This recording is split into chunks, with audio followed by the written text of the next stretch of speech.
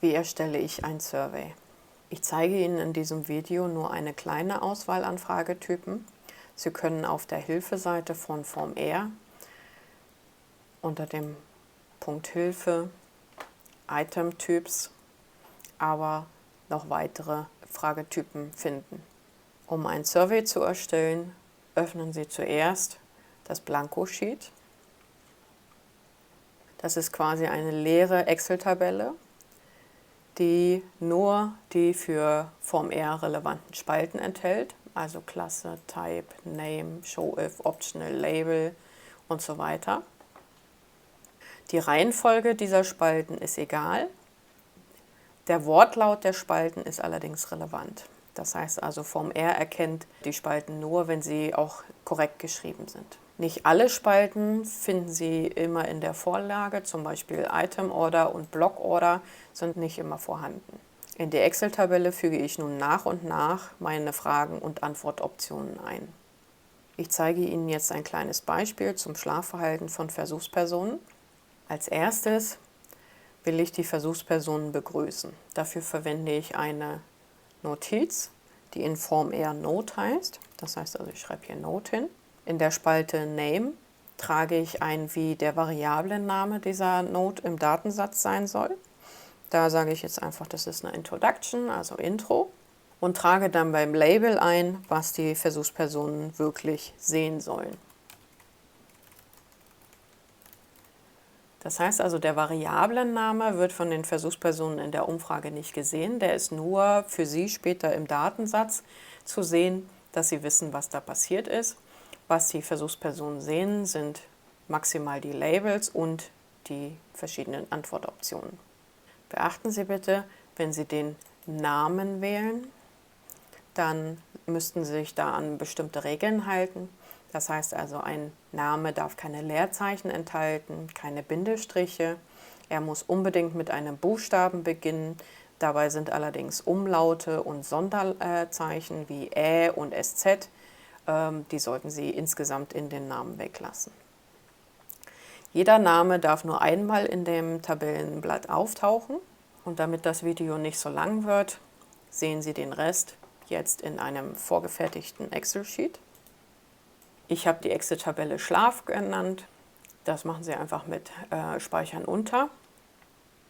Dann bin ich als erstes an diversen demografischen Daten der Versuchsperson interessiert. Dafür habe ich ein Multiple Choice gewählt, das heißt also MC. Habe der Frage den Namen Geschlecht gegeben und die Versuchsperson soll sehen, geben Sie bitte Ihr Geschlecht an. Damit die Versuchspersonen nicht so viel tippen müssen, gebe ich die möglichen Antwortalternativen vor. Dafür wechsle ich auf das Tabellenblatt Choices. Habe jetzt hier eine Liste erstellt, die Sex heißt. Dann welche Kodierung die jeweilige Antwortoptionen haben soll, 1 bis 4. Und 1 ist männlich, 2 ist weiblich, 3 ist divers und 4 ist keine Angabe. Jetzt nehme ich diesen Listennamen und trage dem hinter den Fragetyp noch zusätzlich ein, damit Form-R weiß, welche Antwortoptionen ich diesem Multiple-Choice-Typ geben möchte. Anstelle von dem Multiple-Choice könnte ich auch Multiple-Choice-Button nehmen. Das heißt also Multiple-Choice-Button, dann die Antwortoptionen sind dieselben natürlich, Sex. Wie gesagt, ein Variablenname darf nur einmal auftauchen, deswegen nenne ich das hier jetzt Geschlecht 1. Und jetzt sehen Sie in der Spalte Optional da ein Ausrufezeichen. Das bedeutet, dass die Frage von den Versuchspersonen dringend beantwortet werden muss. Wenn da nichts steht, wie hier, ist das allerdings das Gleiche. Wenn wir uns das Ganze jetzt in Form-R anschauen, dann sehen Sie jetzt hier, das ist das MC, das sind so Optionsfelder und das hier ist MC-Button.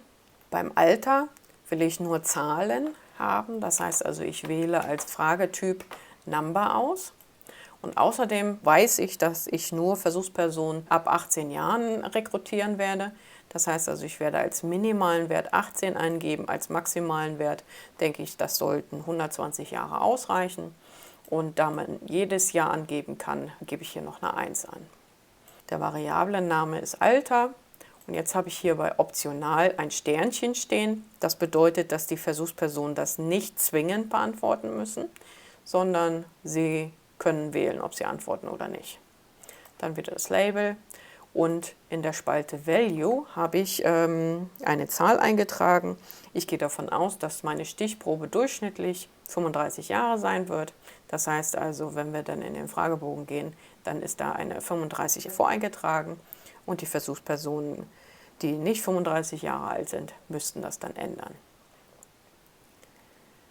Hier sehen wir dann die 35 und das kann man dann entweder über dieses Feld hinten hoch runterklicken oder Sie können das auch tippen. Das geht auch. In der Spalte Class können Sie dann zusätzlich noch das Aussehen einer Frage beeinflussen. Das heißt also, ich möchte jetzt hier, dass das Antwortfeld unter der Frage für die Versuchsperson angezeigt wird, also Answer Below Label. Und das Ganze sieht dann so aus. Hier haben wir das Label und hier haben wir das Antwortfeld. Und es gibt ganz viele verschiedene vordefinierte Klassen. Das heißt also, hier können wir wieder auf die Hilfe gehen, dann auf Survey Spreadsheet, scrollen ein bisschen nach unten und dann sehen wir hier vordefinierte Klassen. Da können Sie dann verschiedene auswählen und dann in der Spalte Class eintragen. Rein theoretisch können Sie auch selber Klassen definieren. Das würden Sie dann über den Run im CSS-Feld machen. Als nächstes erhebe ich die erste Frage der eigentlichen Umfrage. Da geht es um die Zeit, wann die Versuchsperson gewöhnlich schlafen geht. Da das eine Zeitangabe ist, wähle ich den Fragentyp Time aus, als Variablenname Bettzeit und hier das Label. Wenn wir das Ganze dann im Fragebogen anschauen, dann sehen Sie, dass das hier ein Zeititem ist und dann können Sie auswählen, dass jemand zum Beispiel um 22 Uhr schlafen geht. Rein theoretisch können Sie das natürlich auch noch auf Minuten verändern, also 22:30. So, dann möchte ich wissen, was die Versuchsperson gewöhnlich als letztes vor dem Schlafengehen macht. Dafür wähle ich eine Auswahlliste aus, die heißt Select One. Da ich bei einer Auswahlliste natürlich wieder Antwortoptionen vorgebe, gehe ich in das Blatt Choices, lege dort die Liste Gewohnheit fest. Ich habe 4 Antwortalternativen. Natürlich gibt es dann noch andere Optionen, das können Sie jederzeit ergänzen. Und dann schreibe ich den Listennamen direkt hinter den Typ. Und wenn wir uns das Ganze in Form R anschauen, dann sieht das Ganze dann so aus. Hier können die Versuchspersonen dann auswählen, was sie als letztes tun. So, dann möchte ich zusätzlich noch wissen, in welchem Ort die Versuchspersonen wohnen. Da das natürlich eine Liste mit sehr vielen Möglichkeiten wäre, gebe ich dort keine Antwortalternativen vor, sondern ich lasse die Versuchspersonen einen Freitext formulieren. Dafür nehme ich den Fragetyp Text. Das ist ein einzeiliger Text. Sage, dass das zwingend beantwortet werden muss. Da kann ich dann zum Beispiel Münster hinschreiben. Hier hat man allerdings den Nachteil, dass es durchaus zu Rechtschreibfehlern kommen könnte. Und jetzt möchte ich noch wissen, was die Versuchspersonen gewöhnlich an einem normalen Abend machen. Da das natürlich ein etwas längerer Text ist, nehme ich diesmal den Fragetyp Text Area. Das ist ein mehrzeiliges Textfeld. Und ich möchte, dass das im Moment nur den Männern angezeigt wird. Das heißt also, ich nehme in die Spalte Show If das Geschlecht von hier oben. Und die Männer waren ja die Option 1. Und dann sage ich nur den Versuchspersonen, die bei Geschlecht die männlich anklicken, die sollen dieses Item angezeigt bekommen. Das können wir hier mal schauen. Das heißt also, wenn wir jetzt Frauen anklicken, dann sieht man da nichts. Wenn man Männer anklickt, dann kommt hier unten noch so ein Textfeld. Und da kann dann natürlich auch wieder jede Menge reingeschrieben werden.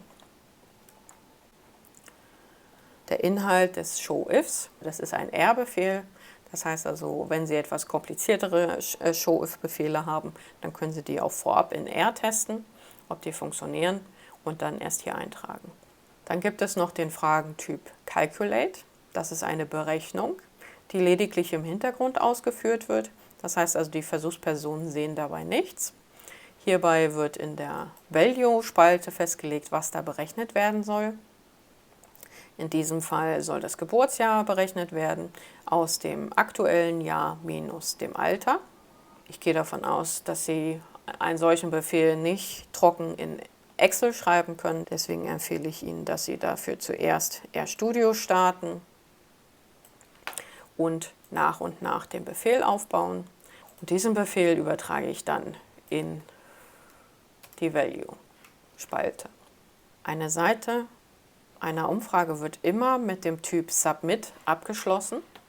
Das heißt also, das ist hier das letzte.